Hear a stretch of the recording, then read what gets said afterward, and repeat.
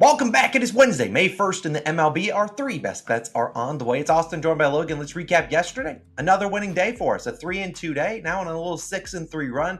Let's talk about it. Bowman, Ohtani, man, that hit parlay was pretty sweat-free. They both got their hits on their first at-bat. Once again, our parlay of the day. We love that. Peralta, 6 Ks in Brewers' money line.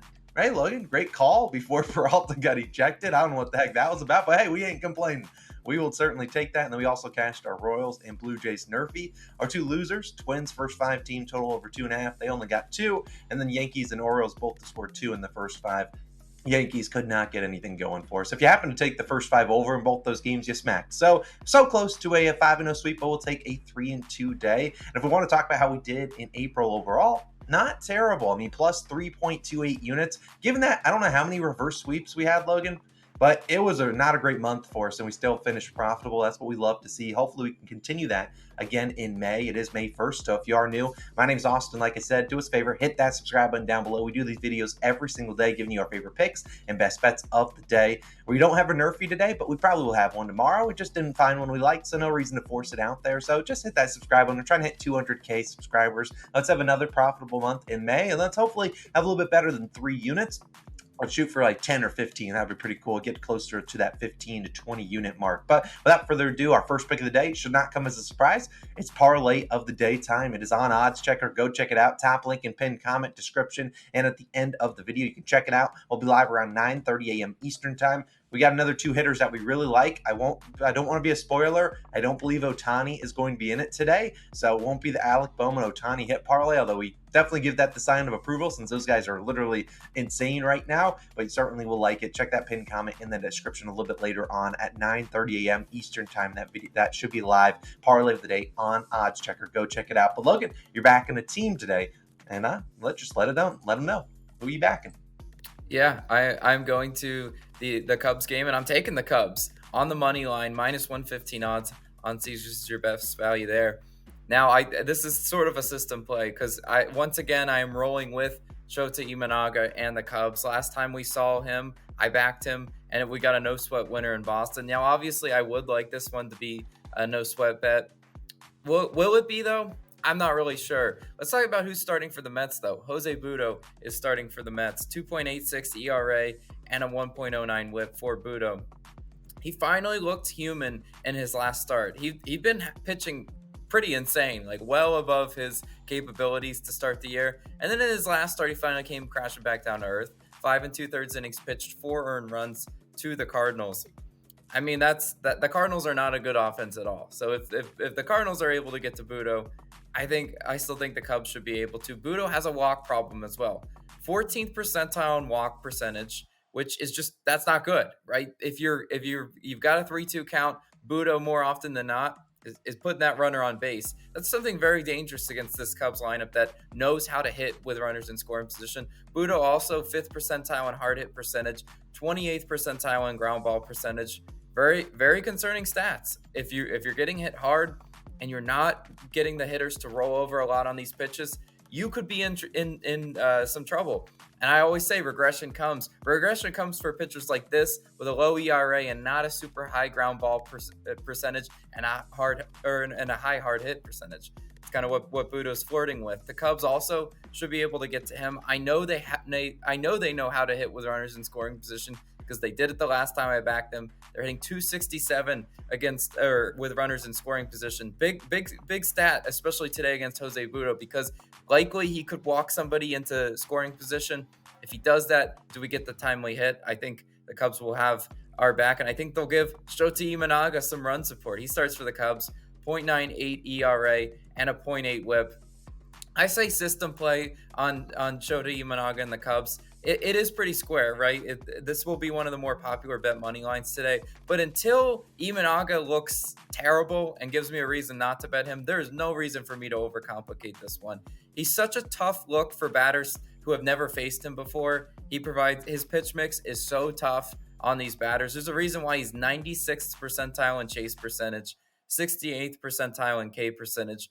He just has hitters guessing up there. And he does make them look silly a lot, swinging outside the zone.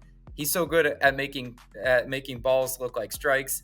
the best pitchers in the league are able to do that, and Imanaga has just impressed the hell out of me so far. So I have to ride with him in the Cubs today. Regression will come for him, but I don't see it coming in this start versus the Mets. Eventually, there will be a day where I'm kind of scared of Imanaga's matchup.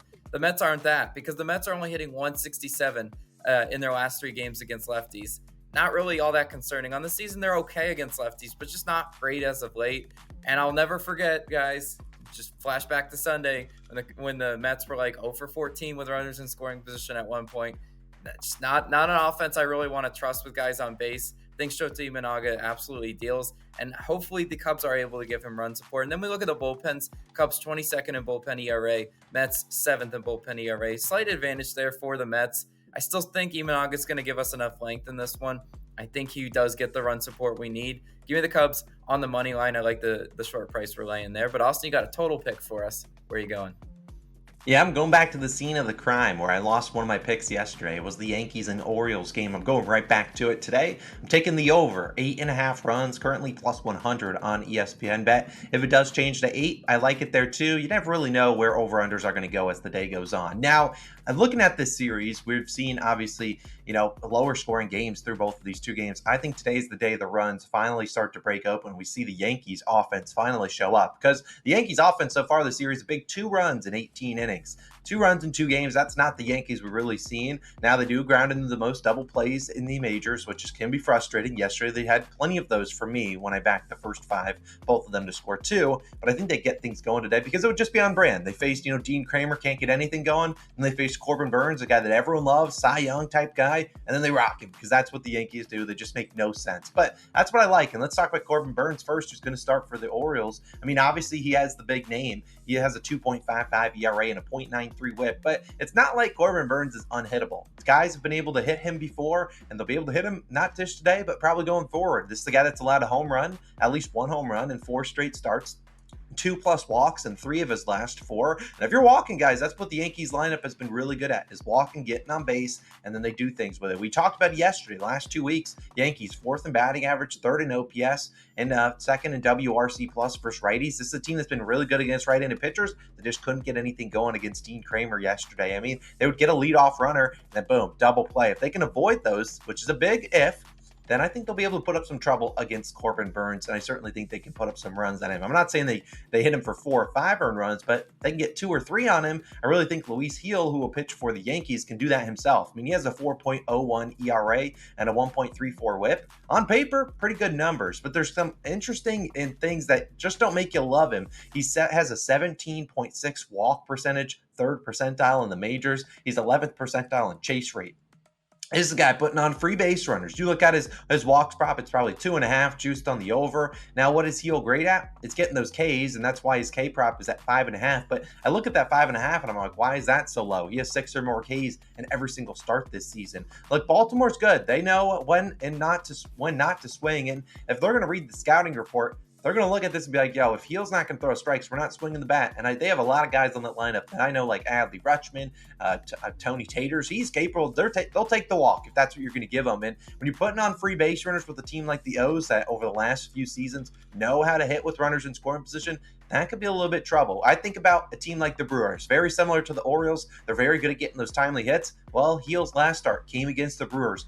5 earned runs in that start. They took the free base runners and made him pay. I wouldn't be shocked if they do it again today. Maybe this is a sign of Gil in that last start, 5 earned runs, like, oh, that's what he's going to be over the rest of the season. I don't think he gives up 5 earned runs, but he still could give up 3 or 4 here today, and that's all it could take. If we get 3 or 4, maybe even 2 or 3 up on the starting pitchers each. I think when we get to the bullpens, I think there could be run opportunities there. Obviously, both these 2 teams have decent bullpens. Orioles 14th in bullpen ERA, Yankees are 4th, but there's still going to be run opportunities. Just because you get to the bullpen doesn't mean it's completely the game's over. Every team has capable arms in there that will give up some runs. There will be some base runners, and there's one thing I know, you never count out the Orioles. They're capable of going out there. They could have 0 runs through like 6 innings, then you just look at the 7th inning, they put up like a 7 spot. That's just what the team is. When the hit parlay starts, everyone seems to be on the same page. So I really think this is a good spot to back the over 8.5. A lot of people are on the over yesterday. They got nothing from the Yanks. The Orioles offense sort of showed up through the first few innings, but then couldn't get anything going the rest of the game. I think this is a spot where I like the over 8.5 plus 100. I think it's a pretty solid price. So I certainly will back the Yankees and Orioles over 8.5 today,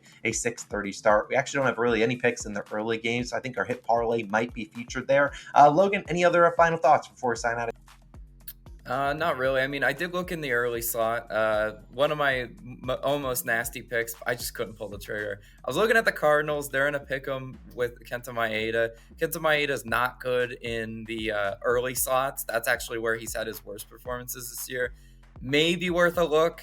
Everyone's on Tigers money line, which is like kind of what made me kind of look at Cardinals.